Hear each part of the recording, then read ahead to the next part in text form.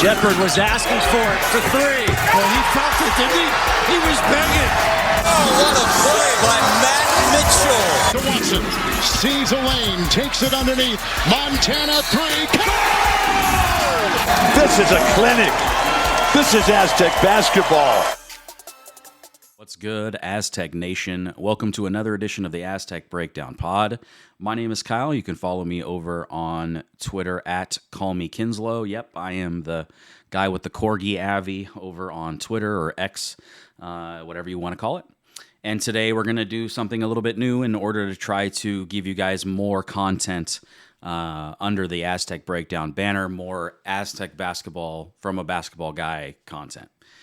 And so today, I wanted to try something new. We're going to call it the TV Timeout. It's a shorter episode focused on either maybe a few less topics or just one topic, but speaking on the entirety of that topic. Either way, it's significantly shorter content than the average podcast that I record. So here we go. The topic for today's TV Timeout is the game on Friday. A couple of things we're going to touch on here, and the first is obviously last week I talked about Magoon and how important he was and how he was going to be the starting four. Obviously, very obvious points about a player of that caliber. Found out he wasn't playing in the game on Friday. He's not playing. By the time you hear this, it'll be today, but he's not playing in the game on Friday, and doesn't seem like he's fully back from the summer surgeries, which is very tough to hear. Last year, I think losing Reese Waters from the jump was just hurt our team, right? Especially a very young team that could have used his experience. Of course, the benefit of that is he's going to be on this year's team. It's just incredible, the talent level that they have. But losing him and not having him, that's going to obviously lower your ceiling.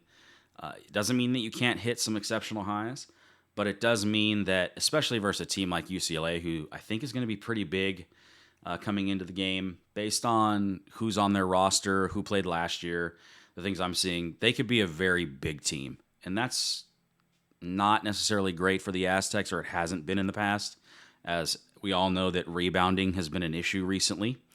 In recent years. And so while I know that was a focus of the summer program for Heidi and Compton, I think that it's just a real miss, obviously.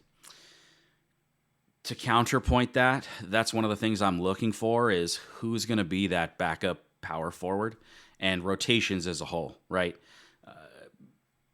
People are adamant that Reese Waters is starting, and I'm not going to say that you're wrong. I don't know yet. Obviously, we'll know by the time you're listening to this tonight.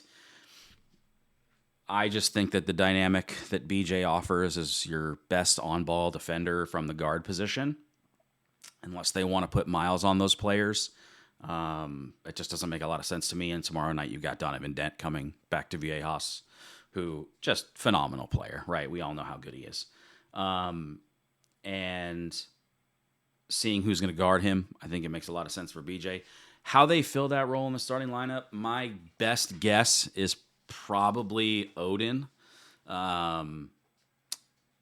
Or my preferred option would probably be Heidi. However, we saw through the course of last year how rough that Heidi-Compton pairing was. I don't think it worked well, primarily because Heidi's more of a center, and he was forced to play power forward. I have heard Heidi shot a lot of threes in the offseason. Maybe they are going to try to convert him to a more traditional wing four. I don't see that happening, but if he can add a jump shot, that will definitely increase his value to the roster, regardless of where he's playing. So where they fill that gap is something I'm looking for.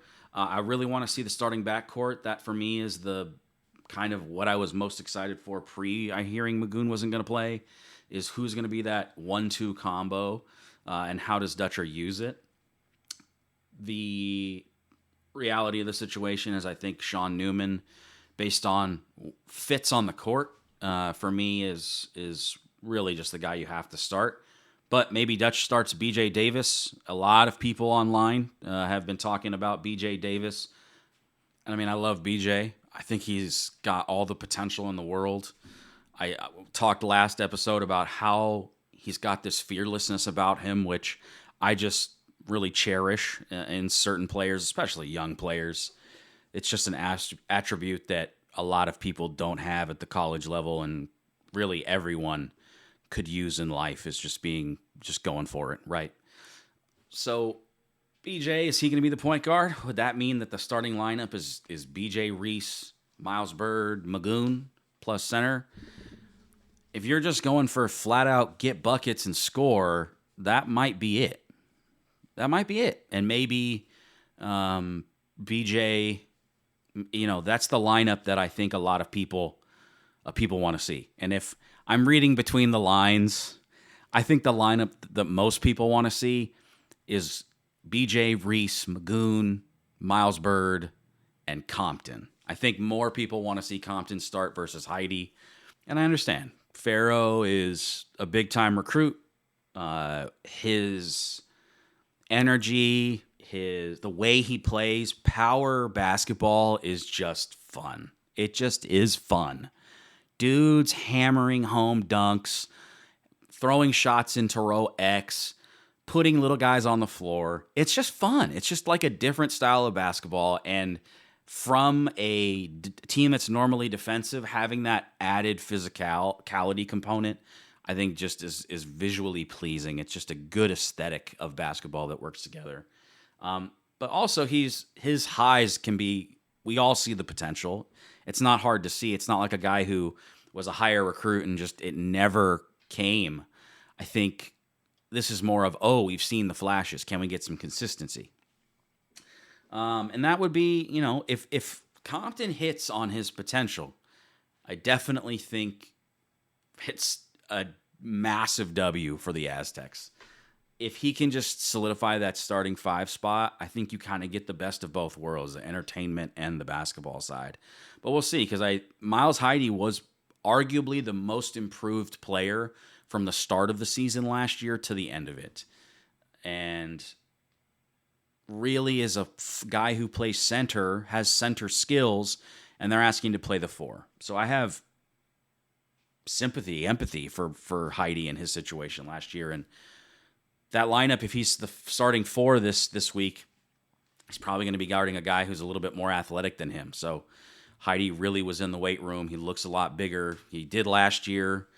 And I think the Aztec, kind of seasoning, as I like to refer to it as, where they just look more like adults. They look built together. They're mature.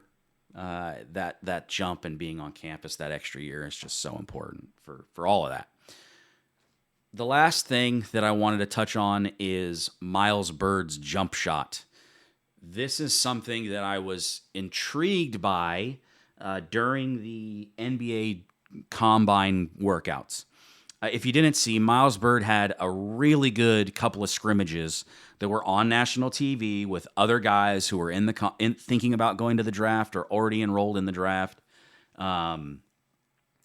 He had a couple of really great moments and really great games, solid games, really showcasing the best of Miles Bird, which is defense in the lane, defense at the hole, just being a mobile aerial defender while also being, somebody who scores in transition, can make threes. And he was doing transition threes in Summer League frequently, which we've seen him do it at SDSU. So I understand completely.